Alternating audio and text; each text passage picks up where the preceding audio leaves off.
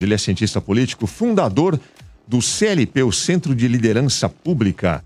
Estou falando do Luiz Felipe Dávila, que eu espero que esteja nos ouvindo. Tudo bem, Dávila? Tá ouvindo a gente? Oi, Aldrin, tudo bem? Estou te ouvindo perfeitamente, você e o Vitorino. Opa, obrigado por aceitar falar com a gente, viu, Dávila? Eu sei que você tem uma agenda complicadíssima aí. Que isso, prazer. Prazer é nosso. Queria muito conversar com você, porque o Luiz Felipe Dávila, ele foi responsável por um evento que eu considero um dos mais importantes que aconteceu na semana passada, mas que infelizmente aconteceu no dia em que o Eduardo Leite resolveu sair do armário na televisão. Ele deu uma entrevista lá no Pedro Bial e foi só ele a notícia. O Eduardo Leite assume que é gay, o Eduardo Leite assume que é gay. E esqueceram de falar. Surpresa. Pois é. Ficamos surpresos. E eu achei injusto. Notícia, Exatamente. Eu achei uma injustiça com o evento que o Luiz Felipe Dávila organizou, e foi o primeiro debate com um representante do que a gente pode chamar de centro democrático. Saúde aí, Vitorino. Boa água com gás aí pra você. O Luiz Felipe Dávila, ele chamou o Ciro Gomes, o Luiz Henrique Mandetta e o Eduardo Leite para um debate. Acho que você chamou mais gente também, não foi, Dávila? Chamei o governador João Dória, que recusou participar do debate aquele dia, porque falou que ele estava focado na disputa da prévia do PSDB. Foram só esses 4 que você chamou ou você entrou em contato com mais alguém? Foram porque, na verdade, eram os assinantes do manifesto que tinha feito a favor da democracia. E desses assinantes, alguns já desistiram, que era o caso do Moro, o caso do Luciano Huck e do João Amoedo. Então, os que ficaram foram esses todos que foram convidados para o debate. Pois é, o debate aconteceu no Estadão, né? Tem no canal do Estadão no YouTube, você vai encontrar o debate na íntegra. Mas eu queria que você comentasse, o que você sentiu ali dos debatedores? Como é que foi para você? Olha, Aldrin, você tocou num ponto super importante. Mostra a civilidade na volta da política, né? As pessoas podendo convergir, discutir ideia, debater, sem xingar, sem radicalizar, mas escutando o outro. Eu acho que isso é importante. A democracia, a gente conversa por meio do diálogo, da conversa, do explicar, né? E não dessa bateção de boca do jeito que está sendo feito, que isso aí só aumenta o radicalismo, a pluralidade, e isso prejudica o governo, prejudica a boa política pública, prejudica principalmente o cidadão, né? Que no meio dessa conversa toda, quem acaba pagando a conta é ele, né? E nós estamos pagando essa conta, né, Aldrin, como você sabe, a inflação mais alta dos últimos 25 anos. Aquela que todo mundo, ao entrar no supermercado todo dia, está sentindo no bolso lá, preço subir. Vai para comprar um botijão de gás para ver o que está acontecendo, subindo. Vai encher o tanque do carro, subindo. Então, assim, as pessoas estão aflitas com que essa briga política, essa polarização, na verdade, está sobrando a custa da incompetência para as pessoas. E o que a gente fez no debate é mostrar que tem caminhos, tem propostas, tem jeito para a gente discutir os reais problemas do Brasil. E a gente tem que parar de inventar agora problema lateral e encarar os reais problemas, que é a inflação que está pegando as pessoas, que é o desemprego, que é o número recorde de desemprego na história do Brasil. São 15 milhões de pessoas desempregadas, né? 20 milhões de brasileiros voltaram para a miséria. São esses os problemas que a gente tem que resolver. Não é ficar batendo boca só bolsonarista com lulopetista, que os dois são culpados por enterrar o Brasil, por fazer com que a inflação voltasse, o desemprego voltasse, e a economia não cresce há 10 anos. Então, há 10 anos não é o problema de um único governo, é uma soma de governos incompetentes que está causando esse prejuízo para todos nós. Exatamente. A gente bate muito nessa tecla aqui, né, Vitorino? A gente fala muito sobre isso e estamos torcendo tanto por uma terceira via, né, Vitorino? Não, mas isso é terrível. Se você olhar assim, é uma reflexão acho que todo mundo tem que fazer. Nós estamos em 2021. Olha 10 anos atrás e vê se sua vida estava melhor. Olha 20, assim. 2001, seu padrão de vida de consumo estava melhor? Eu tenho quase certeza que sim. 2011, estava melhor? Tenho quase certeza que sim. Então você vê como a gente vem decaindo e não é um governo. É isso aí. É uma tendência que a gente tem que mudar. Exatamente. Isso é nítido, né? A gente que acompanha a política há bastante tempo e tem boa memória, eu fico inconformado com algumas pessoas que eu vejo hoje defendendo a volta do Lula. Parece que houve uma amnésia, as pessoas esqueceram tudo que aconteceu. Você tem toda a razão, Aldrin, é isso aí. A gente não pode falar que a alternativa Bolsonaro é o Lula. Pô, a gente não pode esquecer exatamente o que você falou, que o Vitorino colocou. Você tem que colocar aí o que foi esse lulopetismo. Foi um desastre para o Brasil. Principalmente o segundo mandato do Lula e os 2 mandatos da Dilma. A Dilma foi a pior presidente da história do Brasil. A gente achava que para ela ia ganhar, não, o Bolsonaro está conseguindo superar. É um negócio inacreditável. E aí, olha, quando você pega 47%, quase metade dos jovens brasileiros, se tivessem oportunidade, iam embora do Brasil, iam morar em outro país porque acham que aqui não tem futuro. Como é que a gente pode fazer isso com o nosso país, pô? Então nós temos que melhorar. E é como o Vitorino falou, tem que apertar o número certo na urna, mas também tem que trabalhar para construir essa via do centro democrático. Isso aí não nasce sozinho, né? A política, ela sim é fruto de uma articulação dentro dos partidos, etc., mas também precisa da gente. A gente não cair nesse... E as pessoas estão mostrando isso, né, Aldrin? 53% do eleitorado não quer votar em Lula e não quer votar em Bolsonaro. Então a sociedade está pedindo essa cara, está pedindo esse rosto, está pedindo essas propostas. Talvez a gente tenha que parar de relegar a política a um assunto intocável. Porque, não, as pessoas não falam. A gente começou a falar muito mais de política com o impeachment da Dilma. As pessoas, inclusive, depois aprenderam até a falar Odebrecht, por causa da Lava Jato. Antes ninguém sabia falar Odebrecht. E agora, aí veio o bolsonarismo, que veio essa onda conservadora para o país, mas a política tem que ser um assunto falado em casa, no almoço de domingo. Porque se a gente não conscientizar as pessoas, não tem mudança. Se você não fizer um parlamento melhor, não tem o que fazer. Você está vendo o Distritão aí agora, o Luiz Felipe está acompanhando provavelmente essas coisas do Distritão. Passa o Distritão, piora ainda mais o parlamento. E está todo mundo falando o quê? De manifestação na rua. E eu tenho uma reforma eleitoral acontecendo, Jesus. Assim, tem uma coisa que vai mudar a composição do nosso Congresso acontecendo e a gente falando de manifestação, de rachadinha. Ô Dávila, você acha que dá tempo? Nós estamos aí a menos de, quanto? 1 ano e 4 meses pro primeiro turno. Você acha que dá tempo da gente formar uma terceira via, a chamada, a esperada, a aguardada terceira via? Você acha que vai dar tempo de lançar um nome para 2022? Não, então aumenta, peraí, não responde ainda não. Se tiver, você me cita aí uns 3 nomes, se você conseguir, por gentileza. Não, mas olha, eu falei que esse primeiro debate que nós realizamos lá com o Estadão a semana passada foram dessas pessoas que tentaram se unir, criar um manifesto a favor do centro democrático, da União Democrática, né? Veja só como o tempo já depurou o número de candidaturas, tá certo? Então nós já tínhamos lá o Amoedo, o Moro, o Huck, todo mundo já saiu. Então, assim, o processo da política, né, Aldrin, vai mesmo depurando esses nomes.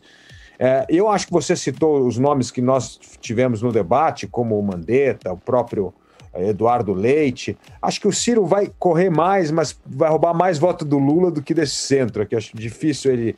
Mas pode ser que ele consiga mudar aí o discurso, tal, atingir esse centro. Mas eu acho que o sistema político vai depurar e fazer com que essa candidatura apareça. Mas não adianta só a candidatura aparecer, isso que eu estou dizendo. A sociedade civil precisa estar nesse engajamento, porque tem uma coisa, se hoje você pegar que tem 25% de apoiadores lá fortes do Bolsonaro, ou mais ou menos, o Vitorino sabe melhor que eu, entre 25% e 30% do Lula, a gente tem que ganhar os outros 30%. Então, assim, precisa acontecer 2 coisas, é fortalecer o nome do centro e derreter os outros nomes, tá certo? Os descontentes do Bolsonaro precisam entender que tem alternativa, né? Os descontentes com os outros partidos precisam descobrir que tem uma alternativa viável. Então, esse candidato precisa se viabilizar. E se viabilizar não é estar com 20% ou 30% no fim do ano, mas se ele já tiver mais ou menos com 10%, 11% no final do ano, começo do próximo ano, mostra que tem sinal de viabilidade. E eu acho que isso vai ajudar, assim, a construir. Então, eu acho que depende da sociedade e dos partidos. E o Vitorino foi uma coisa muito legal, que a política tem que virar mesmo bate-papo de casa. E hoje, felizmente, a sociedade civil já teve muitas ideias legais, Aldrin, que permite você saber o que o teu deputado está fazendo, como que vai votar sobre o Distritão, reforma administrativa, reforma tributária. Você tem o ranking dos políticos, você tem o Politize, você tem o poder do voto, você tem vários ferramentas hoje que, pô, só você ter um pouquinho de curiosidade, entrar lá, ver como é que é. Pô, quero saber como é que o tal parlamentar, o deputado fala, como é que o senador vota. Tá tudo ali, tem o histórico deles. E isso ajuda a aumentar a conscientização da política e a importância na escolha. E não chegar no dia da eleição, você ligar lá pro teu melhor amigo que gosta de política e perguntar, pô, o que você vai votar mesmo para deputado? Me dá aí um nome para deputado que eu nem sei quem eu vou votar. Ou me dá um nome para senador. Isso faz o que o Vitorino bem colocou, que é um problema, né, Aldrin? 70% dos eleitores não se lembram de quem votou na última eleição para deputado. Não, os caras lembram a escalação do Corinthians de 82, do Santos de 74, e não conseguem lembrar o último deputado estadual e o que ele tá fazendo, né? Um negócio de doido. E não conversa mais com o cara, né? Votou e não vai na rede social pra dar uma cutucada. Ô, deputado, e aí? Tá fazendo o que aí? Tem que ir lá, tem que encher o saco do deputado, tem que ir nas redes sociais do cara, tem que mandar e-mail. Não pode, sabe, votar e falar, não entrar mais em contato. Esse contato tem que ser permanente, insistente.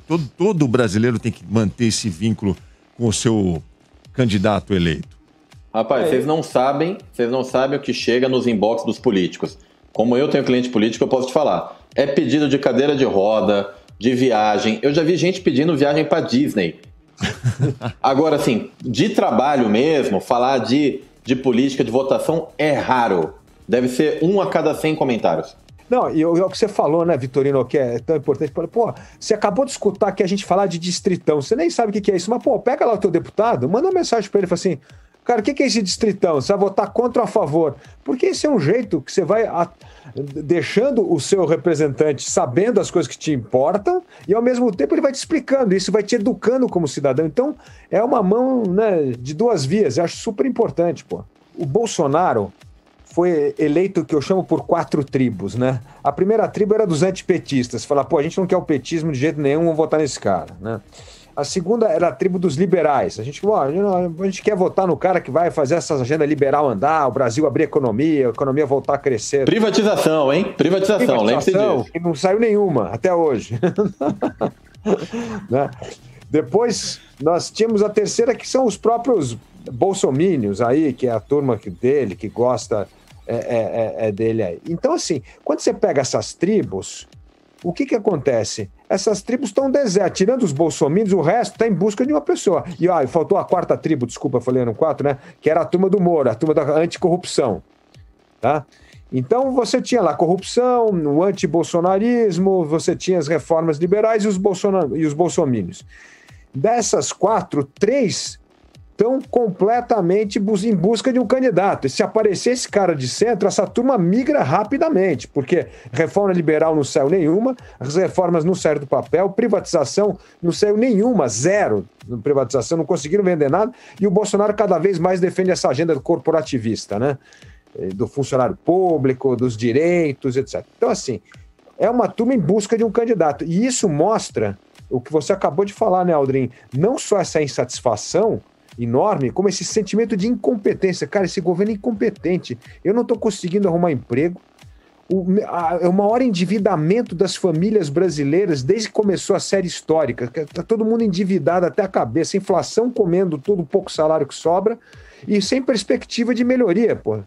Então, assim, é uma situação dramática. Agora, tem uma coisa que eu acho que começou a pegar nessa pesquisa, eu até queria escutar o Vitorino, e que eu acho que se essa tendência pegar, aí o governo vai estar realmente em maus lençóis, que é a questão da corrupção. Porque tudo isso todo mundo fala, isso aí o Bolsonaro não rouba. Bom, mas se começar a pegar esse negócio de superfaturamento da vacina, se essas coisas começarem realmente a pegar, eu acho que isso aí pode ser o ponto de não retorno para o governo Bolsonaro. Ô, Davi, lá, a questão da terceira via, ela envolve uma manobra delicada. Eu não consigo visualizar como é que ela poderia se realizar. Porque não basta simplesmente se apresentarem outros nomes, outras alternativas. É preciso que essas alternativas se concentrem em uma só. Você acha possível, por exemplo, o Ciro está trabalhando há anos aí na candidatura dele. O PSDB vai lançar um nome, a gente ainda não sabe se vai ser o Eduardo Leite, se vai ser o Tasso Gereissati, que está ganhando força. O Dória, não sei, está meio assim, parece que vai, não vai. O Mandetta quer ser o candidato também. Você acha que esses nomes, Amoedo talvez volte, Você acha que esses nomes, eles abririam mão em torno de um deles? Se uniriam em torno de um deles? Você que conhece os caras, você que conhece os políticos de perto. Olha, Aldrin, aí o Vitorino vai ser um bom parceiro nessa conversa. O negócio é o seguinte, os grandes partidos hoje, eles sabem que a eleição presidencial vai ser muito difícil. Então, eles estão focados nas eleições locais e para o parlamento. Eles querem eleger deputado, senador, depois na lista de prioridade governador. Então, a lista deles, a prioridade do presidente está lá embaixo. Por quê? Porque eles precisam fazer bancada. O poder está no número de deputados que você tem, no número de senadores que você tem. Então, assim, como é uma eleição muito arriscada, ninguém quer pegar o dinheiro lá do fundo partidário e gastar numa candidatura nacional que tem pouca chance ou muito pouca chance de ganhar. Então, eles preferem fazer bancada. Então, por isso que essa união não é só patriotismo, é pragmatismo também. Eles começam a entender, olha, é melhor a gente se unir, ter um único candidato, preservar o nosso dinheiro para criar a nossa base de deputados e senadores e governadores, e aí cada um pinga só um pouquinho para fazer essa campanha presidencial andar lá na frente. Então, um pouco da união vem desse pragmatismo, viu, Aldrin? Assim, é pé no chão mesmo, tempos difíceis, vamos fazer bancada. É essa a prioridade dos grandes partidos. Por isso que a união surge. Porque não vai ter ninguém... Não vai ser que nem em 2018, que todo partido queria lançar um candidato, achando que isso ia ajudar a puxar voto. Não vai acontecer dessa vez. A grande verdade.